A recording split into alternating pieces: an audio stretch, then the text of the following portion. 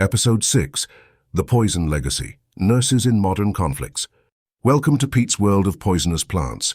You're watching Battlefield Medicine, the real angels of war. This series has shown us the courage of nurses through centuries of horror, from ancient battlefields and medieval monasteries to the trenches and the Blitz. Now in our final episode, we step into the modern age of warfare. The weapons have changed, the uniforms have changed, but one thing has not. Nurses and medics still stand between life and death, armed with compassion and, yes, the legacy of poisons turned to cures. Let's begin with the Vietnam War, a conflict that raged from the 1950s to the 1970s. Here, U.S. Army nurses staffed field hospitals, surgical units and evacuation centers. They didn't often crawl through jungles with rifles, but they faced relentless streams of shattered men flown in by helicopter. Morphine from the opium poppy was still the standard for pain, and quinine, or its synthetic cousins, was essential against malaria. Nurses fought a constant war not only against wounds, but against infection, fever and trauma. Many carried the psychological scars home with them, long after the last helicopters left Saigon. By the 1990s, new conflicts erupted, the Gulf War and the wars in the Balkans. This was the age of modern combat medics. On the battlefield itself, medics took over the role that nurses once played, giving morphine injections, stopping bleeding, and stabilizing soldiers for evacuation. But once those stretchers arrived at field hospitals, nurses were still there, leading surgical wards, cleaning burns from chemical explosions, and fighting infections in desert tents or Balkan field units. In the first Gulf War of 1991, British and American medical units treated thousands of casualties in desert conditions, where dehydration, heat stroke, and sand-infected wounds were daily battles. In the second Gulf War of 2003, nurses cared not only for soldiers, sailors, and airmen, but also for civilians caught in the crossfire. Meanwhile, in the Balkans, NATO forces in Bosnia and Kosovo found themselves treating war crimes victims, civilians with horrific injuries, and children scarred by shrapnel. Nurses were not just healers, they became witnesses to humanity's worst acts.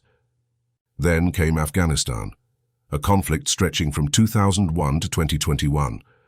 Frontline care was the job of medics, but behind the wire in military bases, nurses ran trauma units that rivaled the best hospitals in the world. They handled catastrophic blast injuries, amputations, burns, and gunshot wounds. Many of these patients needed not just surgery, but lifelong rehabilitation once they returned home. In Britain, the role of military nurses changed forever. The Royal Army Nursing Corps, founded in 1902 and renamed Queen Alexandra's Royal Army Nursing Corps in 1949, still exists today, but the great military hospitals it once staffed, like Millbank in London and Cambridge Military Hospital in Aldershot, were closed in the late 20th century. Now, military casualties are treated in civilian hospitals with units like Headley Court, and later the Defence Medical Rehabilitation Centre at Stanford Hall, providing long-term care. Yet the story doesn't end there. Even today, civilian doctors and nurses leave their everyday jobs on hospital wards to volunteer on the front lines of war. In Syria, in Yemen, in Ukraine, in Gaza, you will find nurses working in basements, bomb shelters, and tented camps tending to soldiers and civilians alike. They don't ask which side you're on. They ask only where it hurts. And through all of this, the poisons remain. Morphine for pain, atropine as an antidote to nerve agents, quinine derivatives for malaria, digitalis still for heart conditions. The same deadly plants that once soaked sponges on Roman battlefields are still part of the medical kits of today. The dose makes the poison, and in a nurse's hands, poison can still mean mercy. So let's not forget, from the trenches to the tropics, from the Blitz to Baghdad, from Crimea to Kabul, nurses have always been there, often unarmed, often unrecognized, but always indispensable. They are, and always will be, the true angels of war. And today, in so-called peacetime, they remain heroes. On hospital wards, in rehabilitation centers, and in war zones around the globe, nurses continue to put others ahead of themselves, just as they have for thousands of years. This has been Episode 6, the final chapter of Battlefield Medicine, the real angels of war.